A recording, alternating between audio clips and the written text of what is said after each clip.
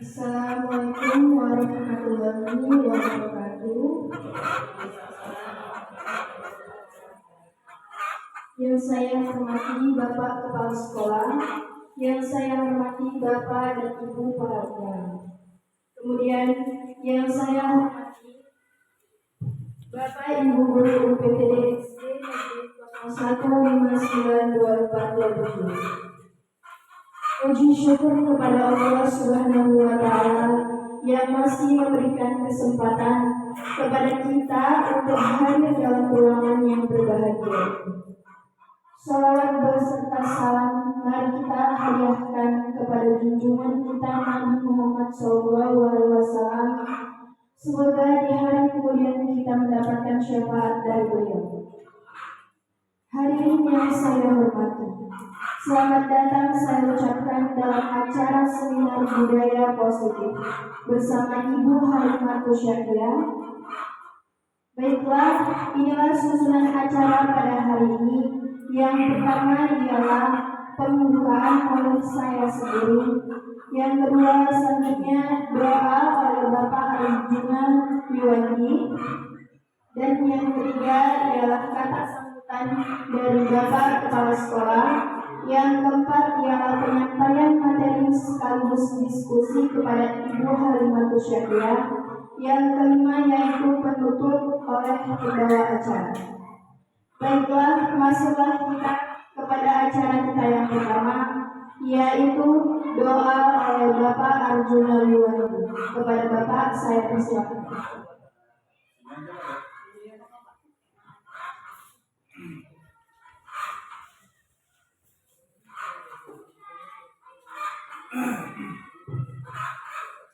Astagfirullahaladzim, astagfirullahaladzim, astagfirullahaladzim, alladzi la ilaha illa huwal hayyul qayyum.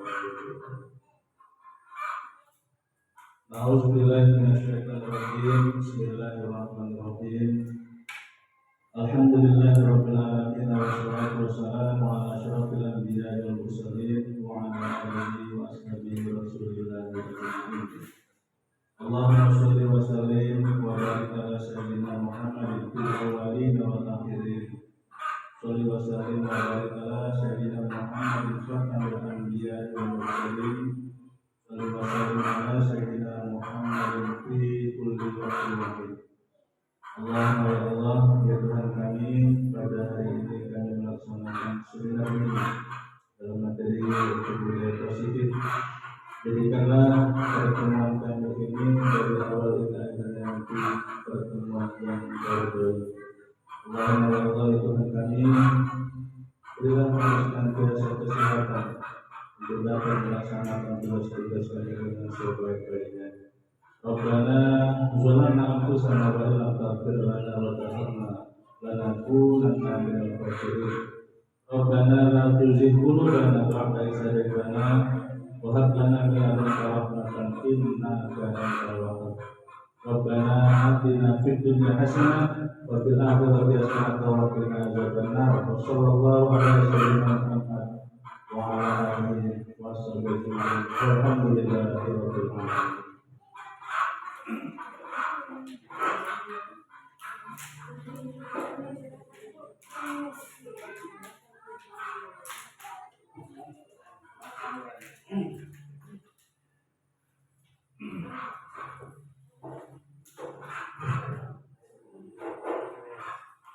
Yang selanjutnya ialah kata sambutan dari Bapak Kepala Sekolah. Kepada Bapak saya persilakan.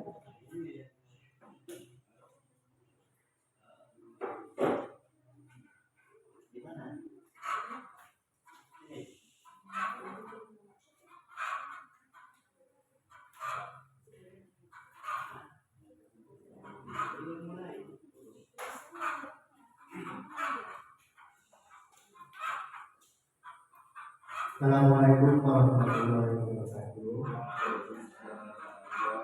Selamat pagi.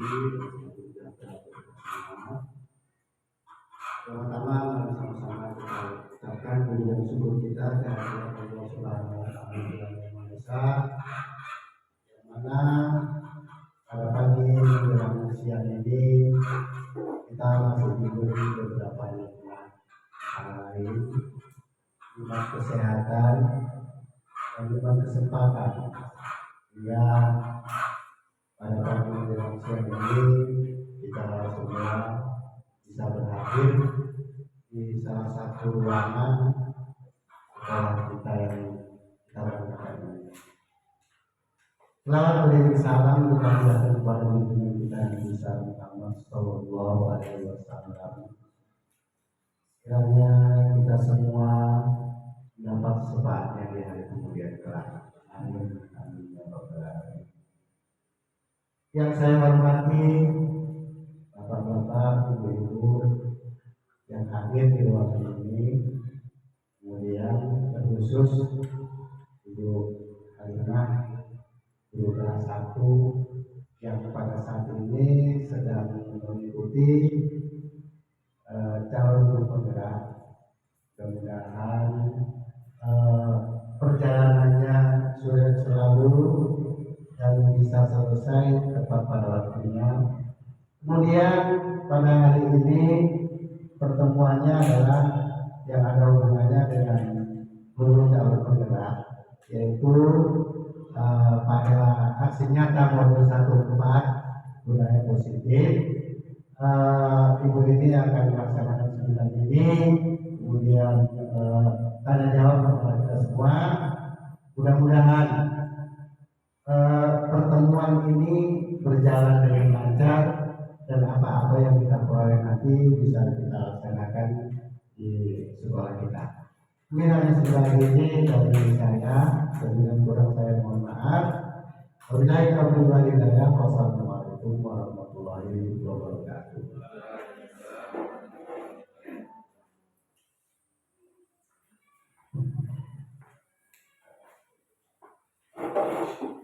Terima kasih saya ucapkan kepada Bapak Kepala Sekolah. Selanjutnya ialah masukkan kita kepada acara utama kita, yaitu penyampaian materi sekaligus diskusi mengenai budaya positif oleh Ibu Halimah Tusandia. Saya persilakan dengan segala hormat.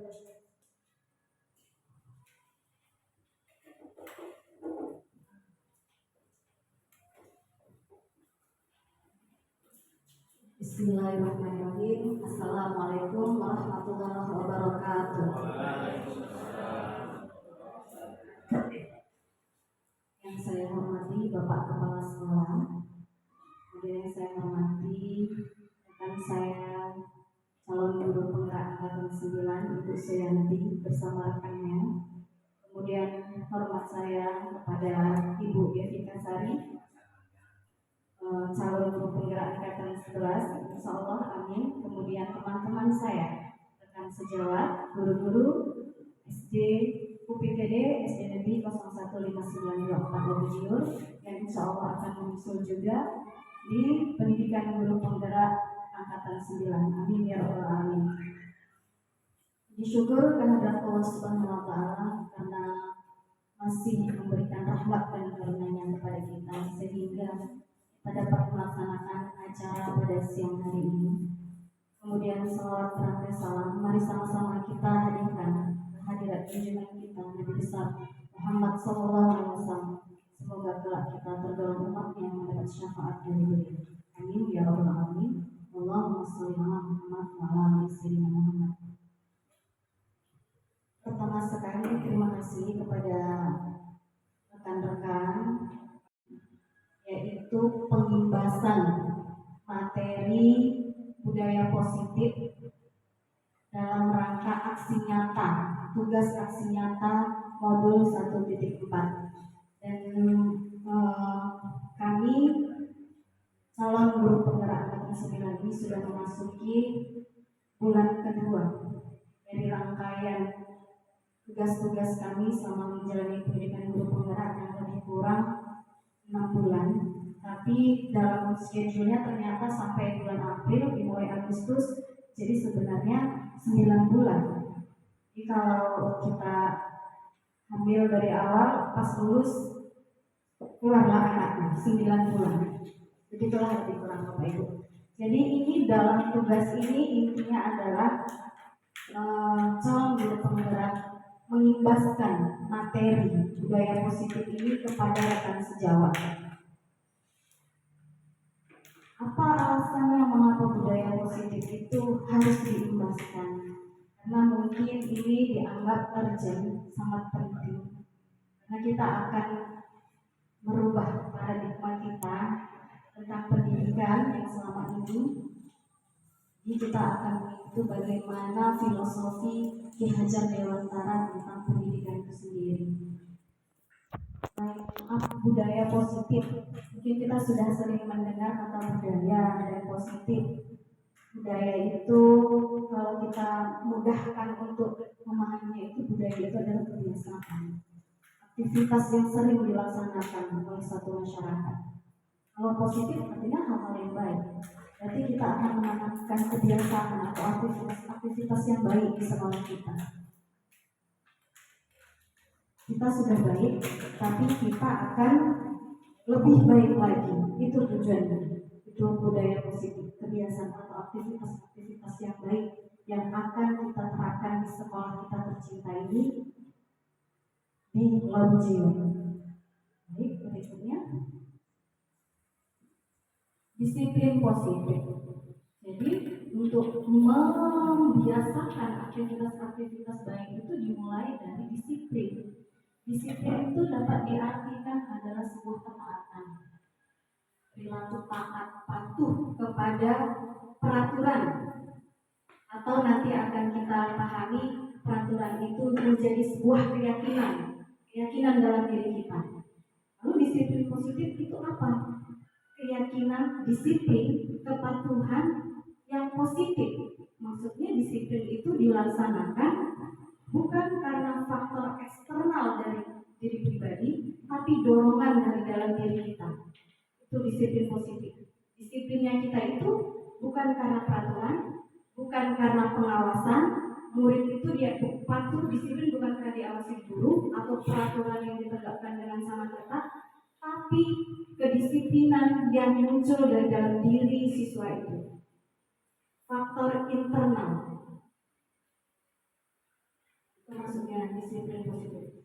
Dalam budaya kita, disiplin dimaknai sesuatu yang dilakukan seseorang pada orang lain untuk mendapatkan kebaikan. Memiliki motivasi. Disiplin positif adalah disiplin diri yang memiliki motivasi internal, bukan karena adanya faktor eksternal seperti hukuman dan hadiah. Ya kan Ibu, kadang-kadang kita kan sering melakukan ini kan sama anak-anak untuk mendisiplinkan anak-anak. Misal anak-anak datang terlambat, kita ingin anak-anak kita datang tepat waktu. Biasanya anak-anak itu kalau terlambat kita apain? Kita hukum. Kalau dia terus-menerus continue secara konsisten tepat waktu, kalau kita berbaik hati kita beri hadiah. Tapi bukan seperti itu yang kita harapkan. Tapi yang kita harapkan adalah kedisiplinan yang berasal dari dalam dirinya. Dia punya kesadaran, punya keyakinan dalam dirinya. Aku kalau mau jadi orang baik aku harus disiplin. Bukan karena aku dihukum sama guru atau karena aku mau dapat hadiah dari guru. Oke, seperti itu. Selanjutnya, Bapak Ibu, begini, apakah saya ngomongnya terlalu cepat? Mau dilambatin atau kurang cepat? Ini Bapak Ibu, ini sebenarnya intinya karena penindasan kita diskusi. Kalau misalnya dalam pemaparan saya kira-kira ada yang berpikir dalam hati dan pikiran Bapak Ibu ingin, saya ingin ini apa maksudnya, atau saya ingin memberikan tambahan atau komentar, boleh silakan ya Bapak Ibu. Nah, jadi bukan berarti setelah saya memaparkan kita baru bisa berkomentar, boleh. Dengan apa, kalau ingin mengutarakan pendapat atau pertanyaannya, mengenalkan diri terlebih dahulu.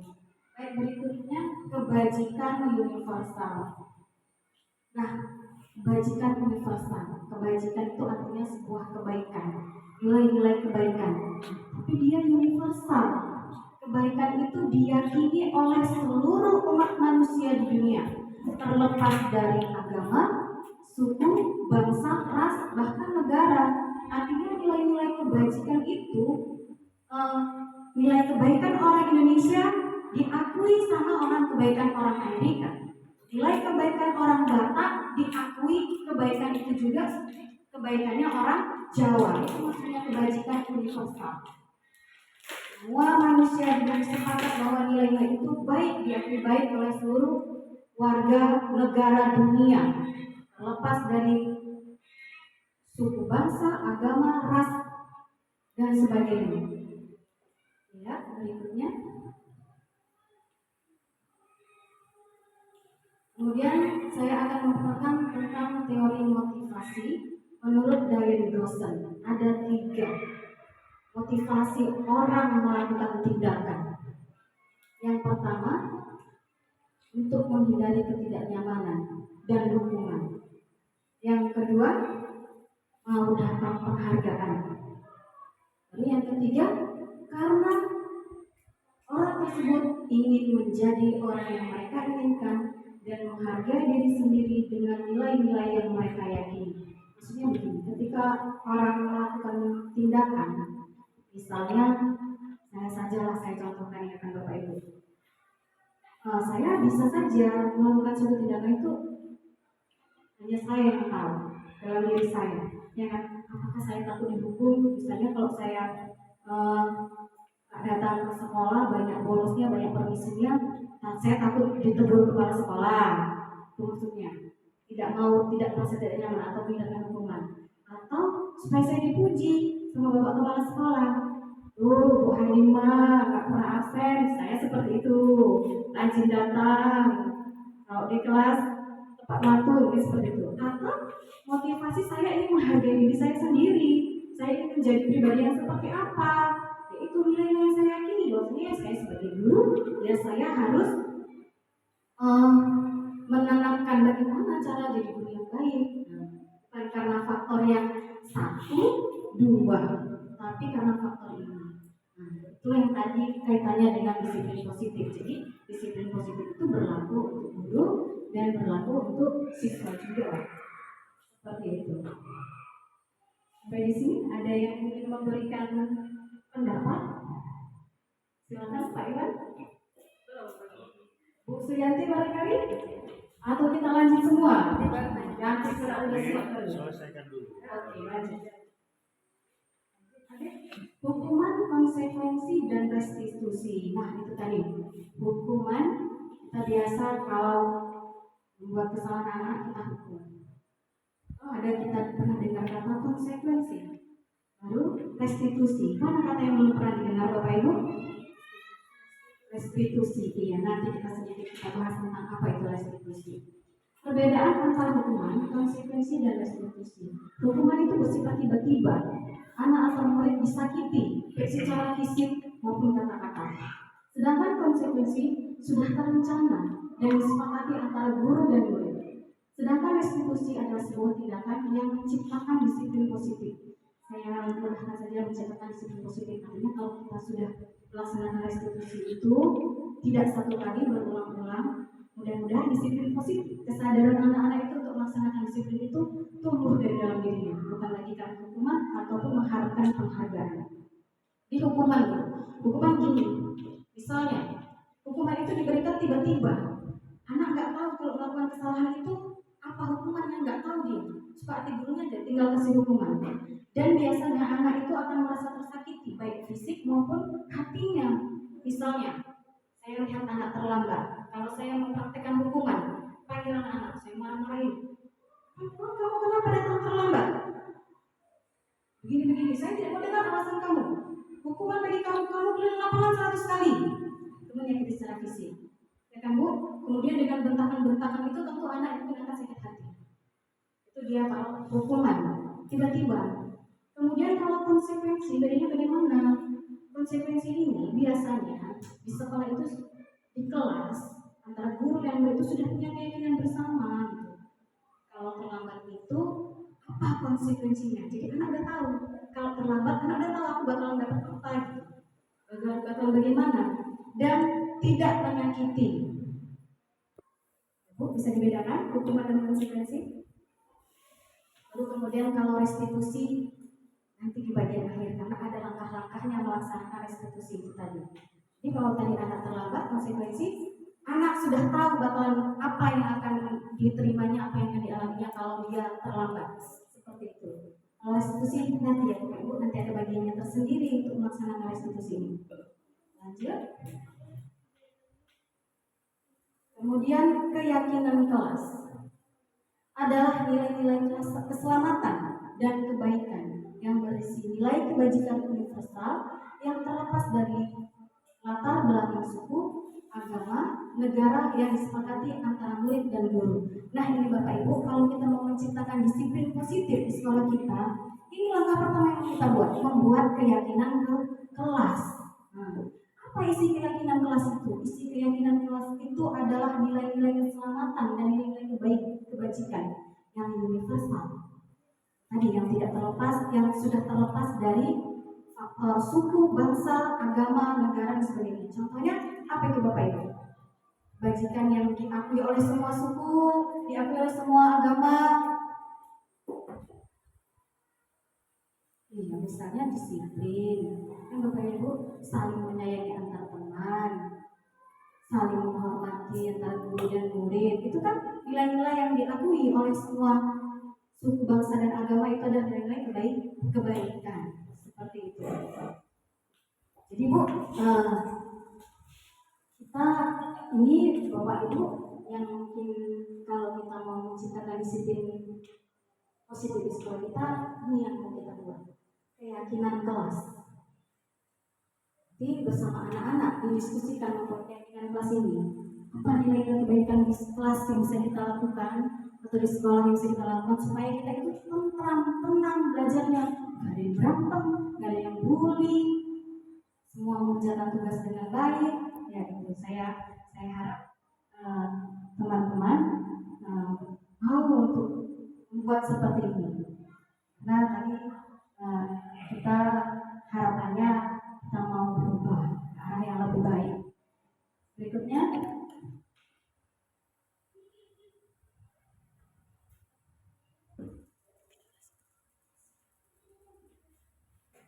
oke, contoh keyakinan kelas, disiplin. Hadir tepat waktu, istirahat tepat waktu, mengerjakan tugas tepat waktu, saling menghormati.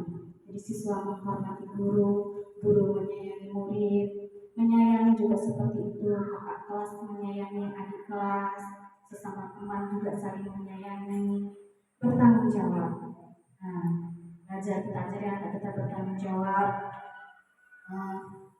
Kalau petugas piket melaksanakan tugasnya dengan baik, PR dikerjakan dengan baik, kemudian peduli lingkungan, tahu bagaimana menyikapi sampah yang ada di sekolah, dan seterusnya. Kita pasti tahu apa itu nilai kebajikan yang bisa kita laksanakan di sekolah kita. Ya. Nah, memang posisi kontrol. Maksudnya ini apa? Kita kan tadi sudah dari awal mau menciptakan disiplin di murid kita. Kita sebagai guru, kadang-kadang kalau melihat anak melakukan pelanggaran atau perbuatan tidak disiplin, kita kadang-kadang mengambil posisi sebagai penghukum, membuat rasa bersalah sebagai teman, sebagai pemantau, atau sebagai manajer.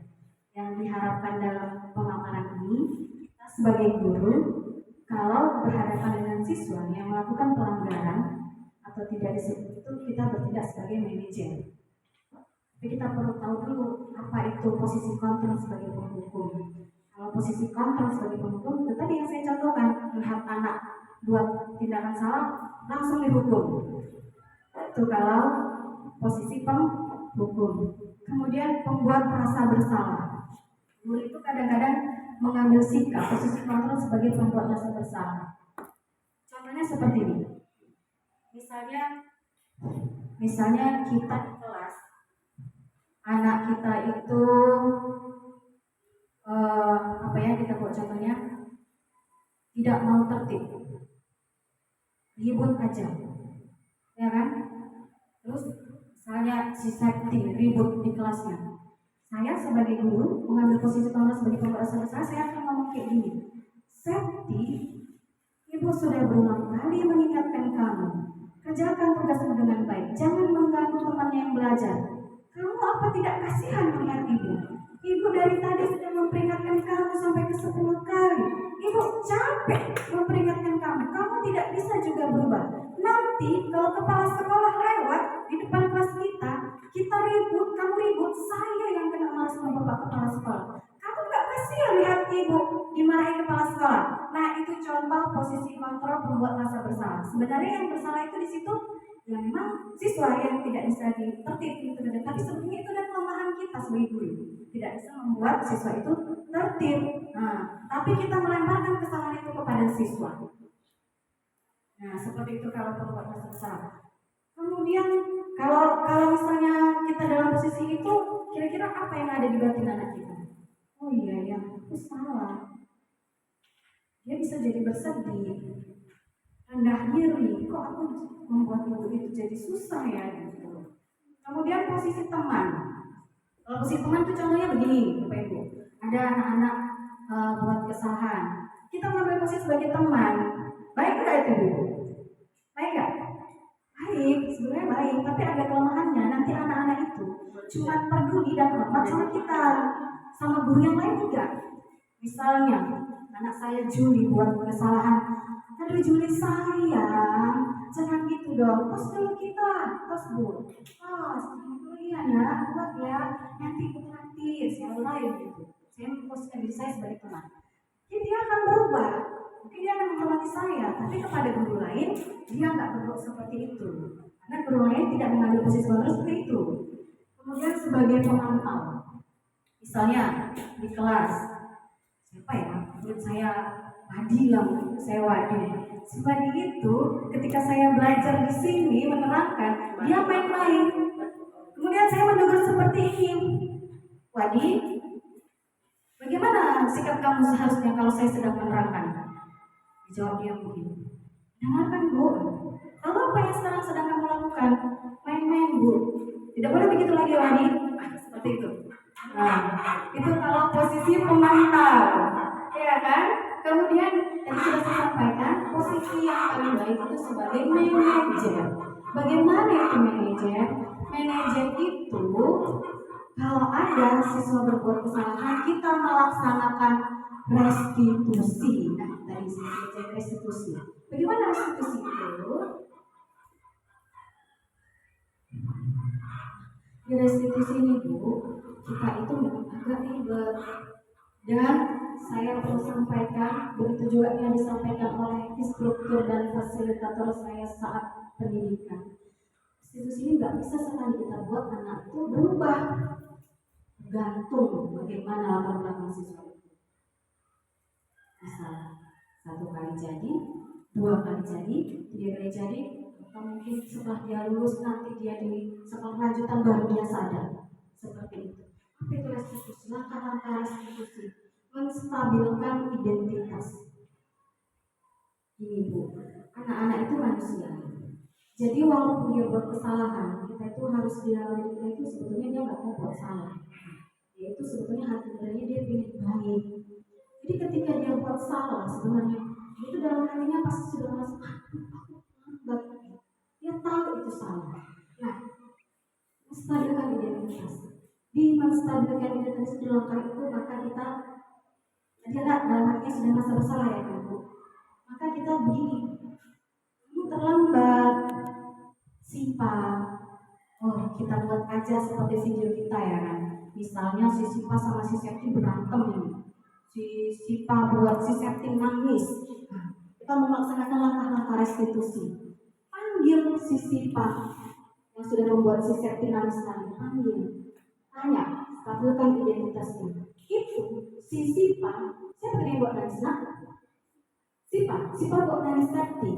Itu Sipa udah buat kalian nangis. Itu dalam hatinya sudah merasa bersalah. Jadi dia menstabilkan identitas kita ini, jangan malah kita tambah, kamu sih, buat kamu menangis, itu tidak baik. Tapi dia menstabilkan identitas di langkah pertama kita begini, Sipa, mudah nggak kamu itu bertengkar dengan Septi sampai menangis? Kenapa begitu? Nah, dia jawab kayak itu, ya Bu, dia mengejek saya dan segala dan sebagainya. Tanya, kamu pikir perbuatan kamu itu benar atau salah? Iya Bu, salah. Nah, dalam hatinya manusia itu pasti dalam hati kecilnya pasti kalau buat salah itu merasanya. Lalu kita akan mengatakan kepada anak itu, baiklah, setiap manusia itu tidak terlepas dari kesalahan. Wajar kamu buat salah. Ibu pun jika mungkin dalam posisi kamu, ibu pun akan melakukan hal yang sama, membela diri dan sebagainya.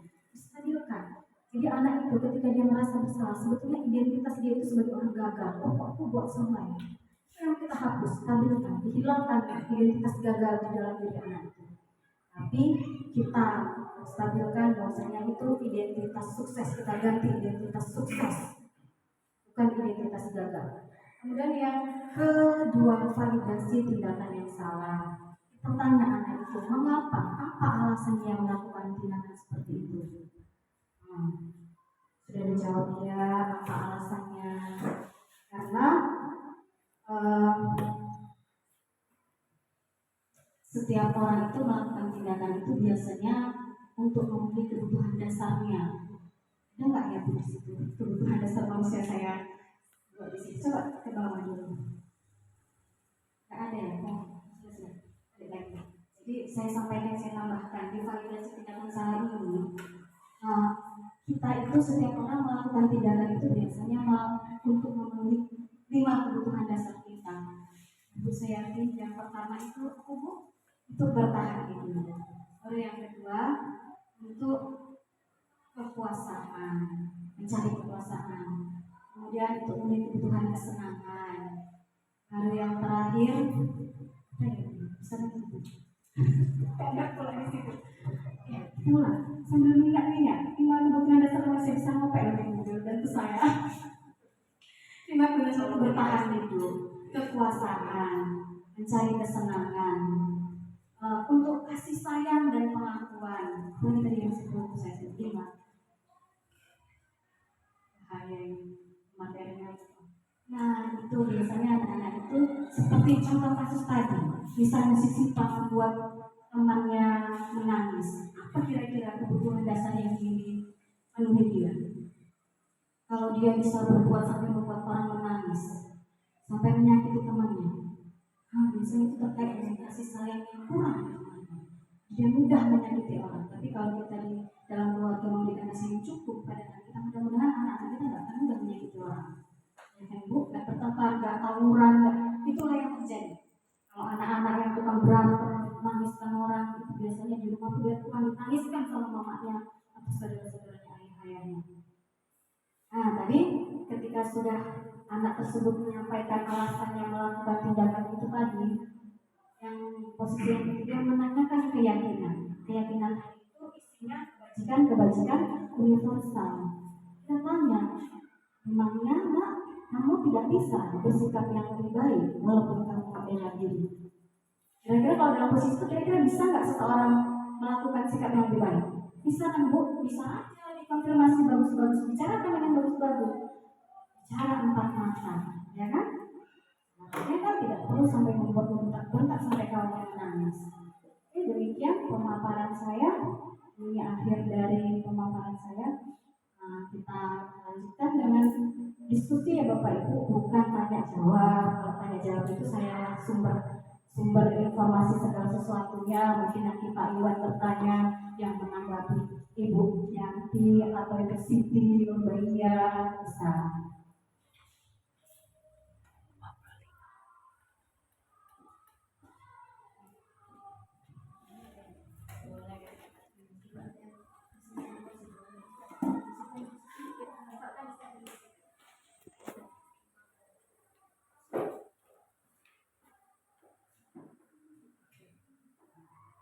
Terima kasih sudah memberikan kesempatan pada saya. Saya akan menanyakan tentang disiplin positif. Lebih dahulu memperkenalkan diri dulu. Nama saya Suyanti. Tempat saya mengajar UPTD SDN 0126 pada Mahmura. Sini saya sebagai rekan buah rumah Cikuti. Sama-sama menempuh pendidikan yang menyenangkan. Ya. ikut CGP enak nih, menyenangkan. Baik, di dalam disiplin positif ini kita kan sebagai guru kelas kita sering mengalami hal-hal yang baik dan tidak baik. Nah, bagaimanakah kita mengatasi anak, contohnya anak kita sering terlambat di masuk ke kelas, masuk dalam kelas, sering terlambat. Nah, sudah berbagai cara sudah kita lakukan, tapi anak ini tetap sering terlambat. Alasannya yang ini yang itu, dan saya ingin tanyakan apakah efektif bila kita memberikan suatu reward atau pujian kepada anak itu supaya berubah, dia tidak terlambat lagi. Cara itu apa kita efektif memberikan reward kepada anak itu, atau nanti kalau kita itu menjadi suatu kebiasaan. Makanya saya ingin penjelasan dari Ibu pemateri, efektifkah kita memberikan reward atau pujian kepada anak itu supaya dia bisa merubah sifatnya. Demikian pertanyaan dari saya. Terima kasih. Baik, terima kasih Bu Suyanti, rekan saya calon guru penggerak angkatan 9. Silakan Pak Iwan. Boleh. Tentang pertanyaannya, kira-kira kalau anak itu diberi reward menurut Bapak, disiplin positif itu bisa terbentuk dalam diri. Terima kasih. Assalamualaikum warahmatullahi wabarakatuh. Kenapa diri ya Bapak? Ini perkenalkan juga enggak? Kalau Iya saya. Pak.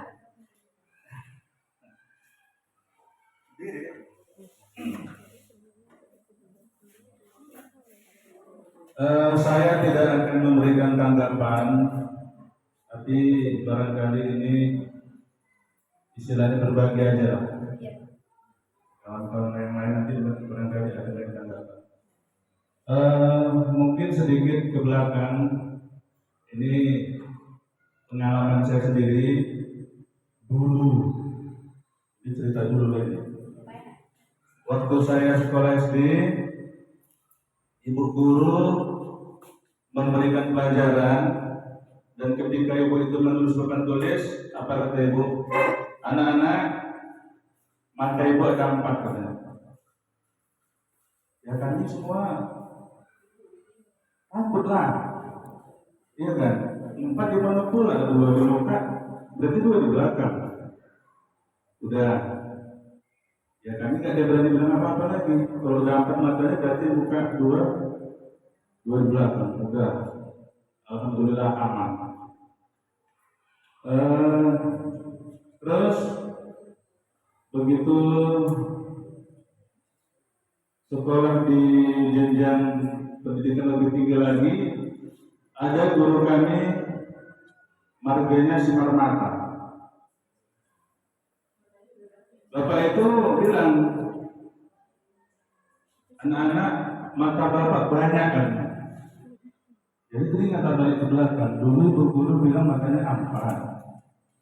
Ini sekarang mungkin bos lama dibilang matanya banyak. Jadi kami semua udah, ya alhamdulillah lah.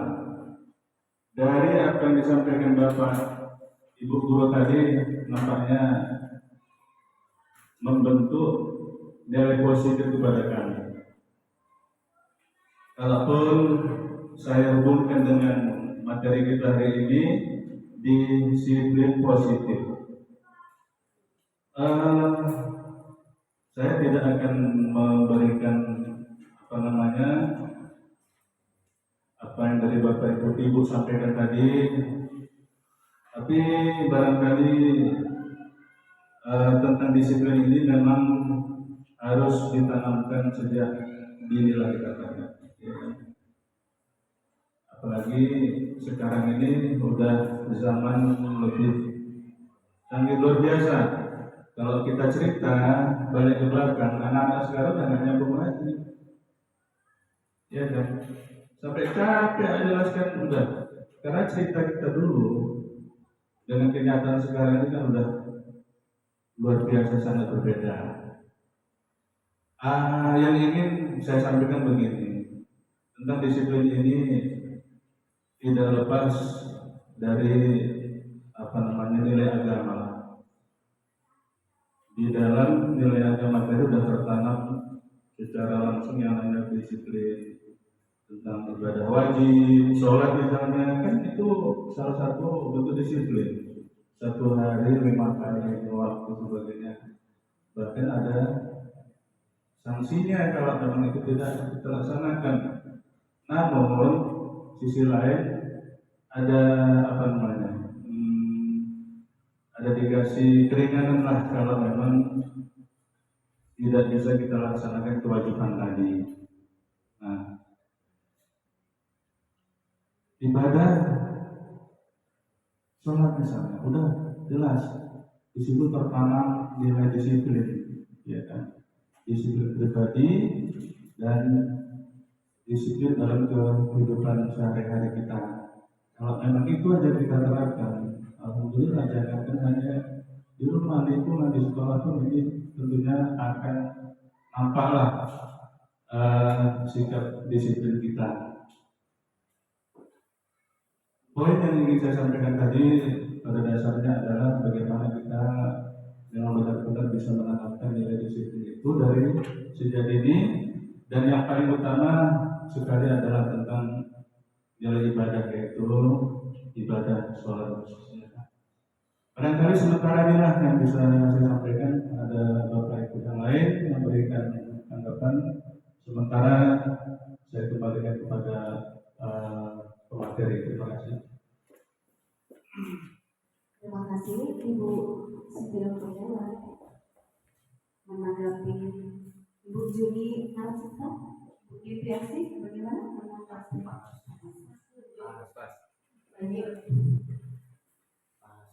Bapak Kepala?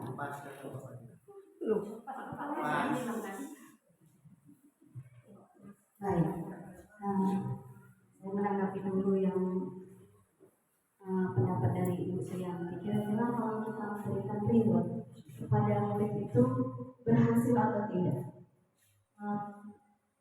Pernah Ibu memberikan reward pada anak? Pernah, sering ya, sering kita lakukan. Jadi kalau saya pribadi dulu saya mengajar di MDA, itu setiap bulan ada lomba. Yang hafalannya bagus dapat hadiah, hafalannya bagus dapat hadiah. Berarti dapat reward, ya kan Bu?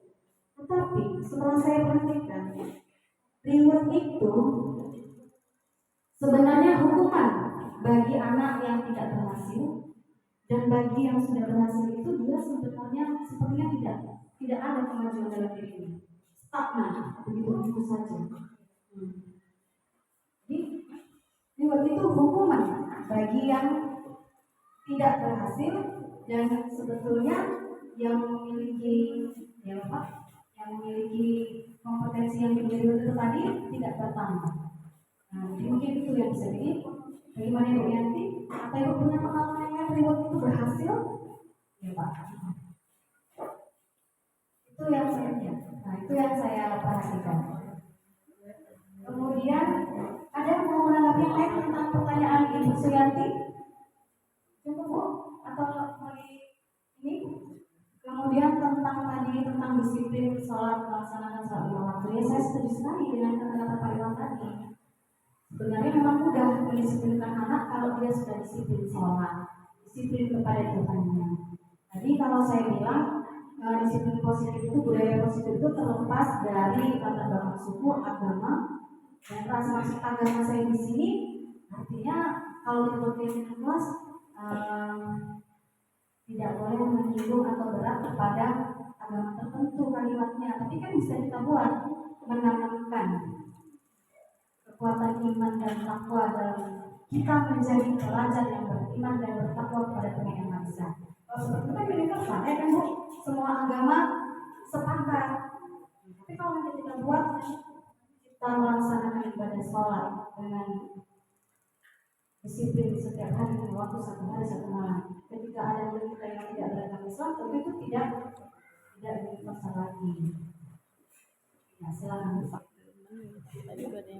Baik, ya. Ini untuk berbagi pengalaman atau saya ada masukan dari yang lain. Begini bukan dari sisi positif. Sekolah saya kan selama saya di situ kebiasaan anak itu tentang ini yang dibilang itu terus disiplin ya dibilang mengejek nama orang tua itu sangat membudaya kali di sekolah saya. Apa karena mereka memang di sana di Beramawandang mayoritas suku Batak. Memang suku Batak ini orangnya keras-keras. Jadi saya pun suami saya itu orang Batak. Udah tahu lah bagaimana itu suku Batak itu. Jadi saya pun suami saya seorang Batak. Maka dari gunung sana. Jadi kita lihat di sekolah saya itu budaya kali mengejek sama orang tua. Padahal kalau orang Batak itu kan nggak boleh. Sangat tantang mereka itu. Bahkan mereka memanggil pun marga ya kan. Tapi kok di situ kok membudayakan. Jadi saya minta pengalaman lah bagaimana cara mengatasi itu Bapak dan Ibu guru, bagaimana cara mengatasi itu supaya tidak membudaya. Jadi supaya positif itu di situ tercipta gitu. Oke, ada.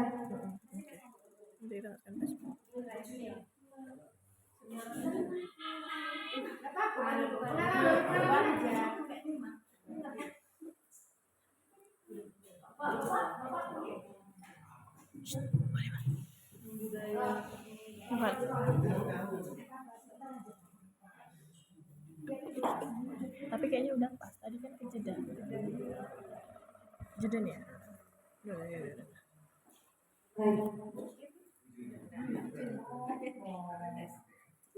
Bagaimana Bu Juni sebagai orang Batak, apa ini memang benar mau menyebutkan nama Bapak itu dosa besar di hukum Batak? Maksudnya kesalahan yang besar gitu, tantang besar gitu. Begitu ya? Iya, kalau memang saya perhatikan, saya saja dulu kenal sama guru-guru saya nggak pernah saya sebut namanya. Pak Pasaribu, yang saya tahu juga tahu namanya siapa. Di sekolah saya SMP juga banyak orang Batak. Tahunya saya Bu Halurung, Pak Tambahan, Pak Tambun, Pak Kaban. Tapi saya juga heran kenapa bisa terjadi di tempatnya Bu Suyanti yang mayoritas orang Batak. Bataknya itu Bu, Batak yang Mas Hani itu mereka biasanya kenceng gitu. Ada kayak gitu, ada sebut namanya itu. Ternyata membudaya kebiasaan yang negatif, tapi bukan budaya positif itu Bu. Budaya negatif. Kira-kira gimana lagi Bapak Ibu? Kayak mana caranya Pak Iwan? Biar anak-anak itu nggak sebutkan manggil namanya sama nama bapaknya, bukan nama anaknya. Gimana caranya? Ini tadi Bu Suyanti di sekolahnya Bu Suyanti mayoritas orang Batak. Orang Batak itu kan etika yang besar itu untuk manggil nama orang dewasa, orang tua itu pakai marga, bukan nama orang tua, bukan nama bapak tersebut. Malah anak-anak manggil namanya bukan nama sendiri, malah nama bapaknya yang disebut. Kayak mana kira-kira? Ada solusi dari bapak kayak mana caranya untuk mengurangi lah? Kalau kita hilangkan ya tidak bisa secepatnya. Terima kasih. Sebetulnya kalau budaya Batak, nama orang tua itu nggak pernah disebut.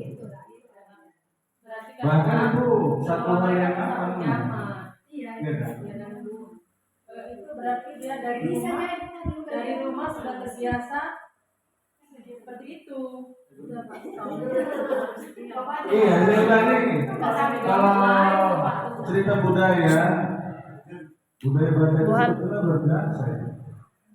Bahkan kalau kita misalnya mau sensus, ini contohnya, mau sensus ke rumah-rumah,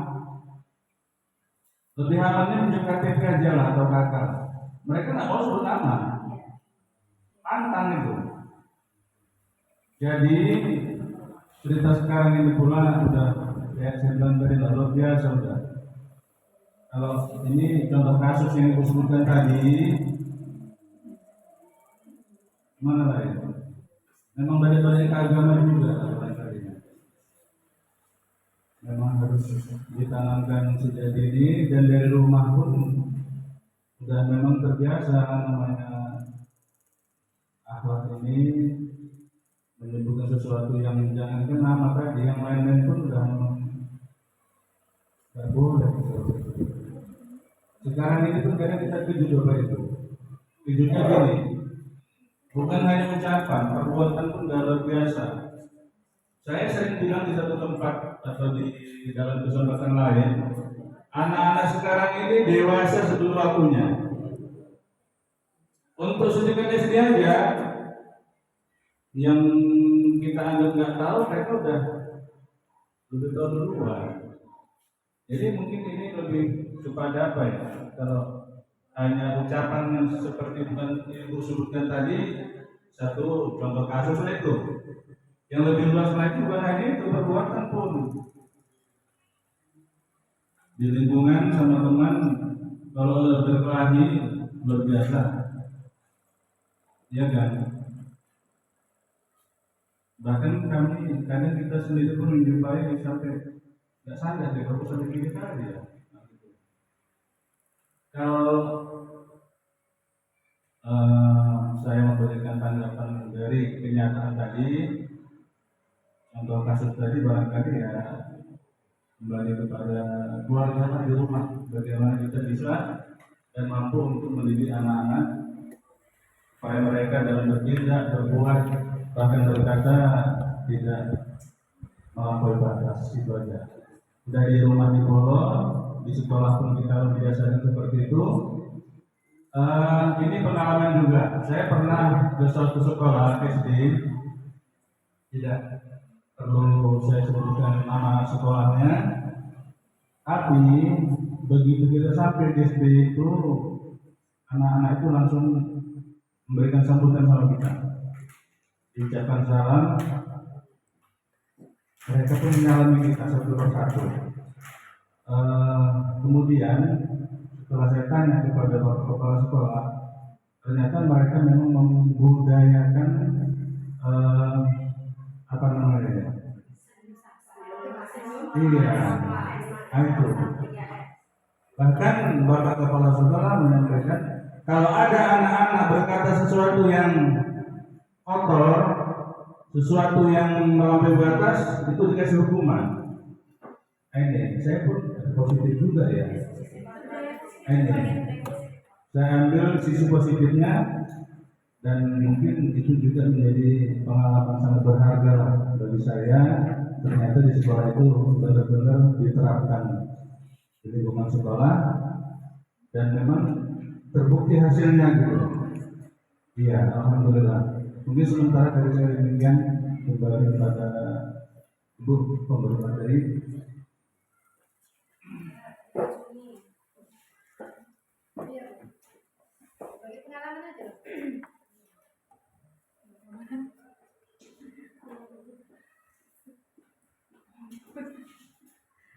Terima kasih kepada Ibu narasumber. Perkenalkan, nama saya Jumi Armitasian.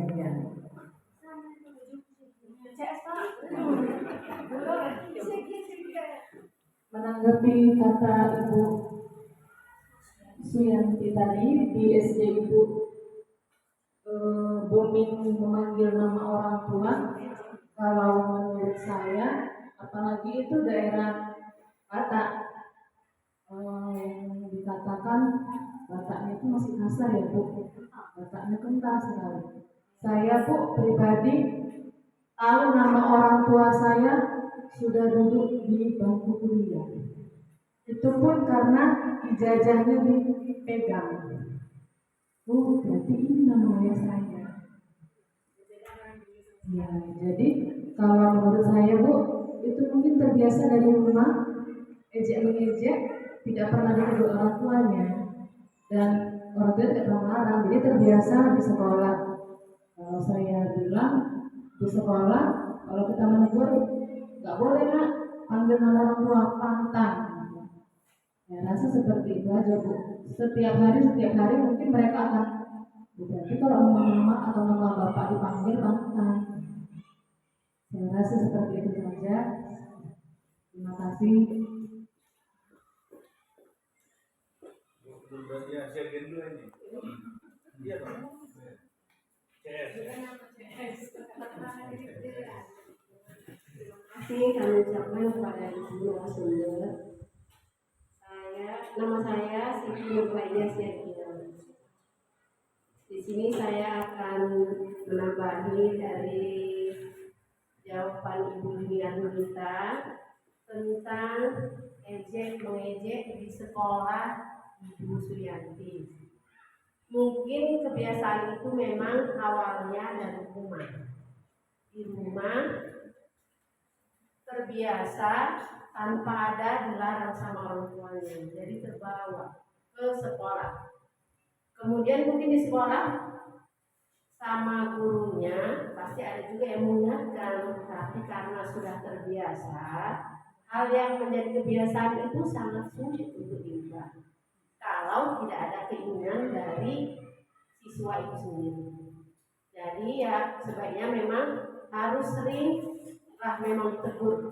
Bila saat di dalam kelas mungkin kan gurunya masih mengajar, ada juga yang muridnya itu terdengar masih mengejek nama orang tuanya, ya tetap ditegurkan. Terus iya, karena hal bisa karena biasa seperti yang disebutkan di sini. Iya, jadi karena sering diingatkan, mungkin bisa diubahlah kebiasaannya itu yang kurang baik. Jadi bisa juga dibebaskan yang disiplin baiknya itu ya disiplin positifnya. Demikian dari saya. Lanjut dari kami kepada Ibu.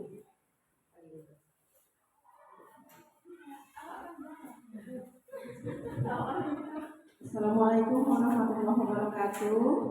Nama saya Devi Hidayah. Saya berasal dari UPTD SDN 010119 atau kepala sekolahnya Ibu Irati. Di sini saya ingin menanggapi tentang ejek mengejek yang mungkin sudah membudaya gitu di sekolah kita. Memang dari rumah biasanya anak itu seperti yang sudah dibilang ibu-ibu tadi, mungkin mereka membawa hal itu ke sekolah, tetapi kita di sekolah mungkin harus menanamkan seperti tadi, disiplin itu ketika mungkin kita masuk ke kelas atau mungkin kita mendengar itu, kita harus aktif gitu Bu, untuk menyampaikan bahwasannya hal itu tidak boleh dilakukan mungkin secara terus menerus, atau kita pun dibilangnya ya secara terus menerus.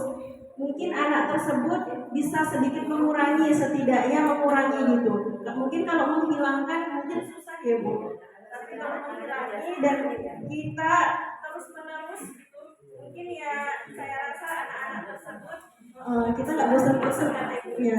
Mungkin secara terus menerus mungkin anak itu dapat berubah. Ya memang perubahan itu terjadi di diri anak itu sendiri, tapi apa salahnya kita terus jangan bosan untuk mengubah itu. Itu menurut saya Bu. Terima kasih. Baik, tadi pertanyaan Bu Suyanti sudah ditanggapi oleh 4 rekan-rekan, mungkin sudah puas ya Bu. Tapi saya ingin berbagi pengalaman. Pernah dulu saya di SMP 1 Rakyat, kenakalan anak-anak itu luar biasa, tidak sopan, sampai pelecehan seksual, sampai ada yang tidak narkoba. Jadi kemarin itu sekolah mengambil kebijakan melaksanakan parenting kelas. Jadi bukan kelas anak-anak lagi, orang tua yang mau diajar. Orang tua diundang. Mungkin kita sebagai guru juga sering akan diundang sama sekolah anak kita untuk datang ke sekolah. Di situ kepala sekolah memberikan ini seperti wajah-wajahkan bagaimana cara menjadi orang tua yang baik. Karena tidak bisa pendidikan itu hanya sekolah saja yang untuk karakter anak, tapi melibatkan orang tua. Di dalam parenting kelas itu, itulah disampaikan bagaimana cara kita bekerja sama untuk menjadi karakter yang baik dengan anak. Baik, kira-kira ada lagi Bapak Ibu? Pas? Oh cukup ya. Baik. Saya akan sedikit menyimpulkan Bapak Ibu. Tadi kita Pak Iwan sudah ini memberikan masukan tentang budaya 3S atau 5S terserah kita lihat. Masalah, sampah, santun. Setuju Bapak Ibu kita laksanakan di sekolah kita? Setuju. Itu satu budaya positif yang akan kita laksanakan di sekolah kita. Mungkin ada yang lain nanti disiplin ya Bapak Ibu. Setelah ini sama-sama kita berkolaborasi membentuk budaya positif di sekolah kita. Baik, saya sebagai materi terima kasih saya ucapkan kepada Bapak dan Ibu guru yang sudah hadir dalam seminar kecil saya ini. Kemudian apabila dalam penyampaian saya atau tanggapan dari pertanyaan-pertanyaan Bapak Ibu yang kurang berkenan atau kurang memuaskan hati, itu adalah tolongan saya. Berikutnya saya juga mengharapkan masukan-masukan untuk perbaikan diri saya. Saya sudahi, billahi taufiq wal hidayah. Wassalamualaikum warahmatullahi wabarakatuh. Saya kembalikan kepada moderator.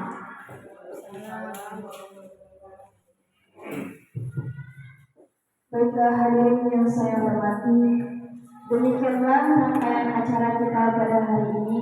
Kurang lebihnya saya mohon maaf jika ada salah kata yang terucap, dan atas perhatiannya saya ucapkan terima kasih yang sebesar-besarnya.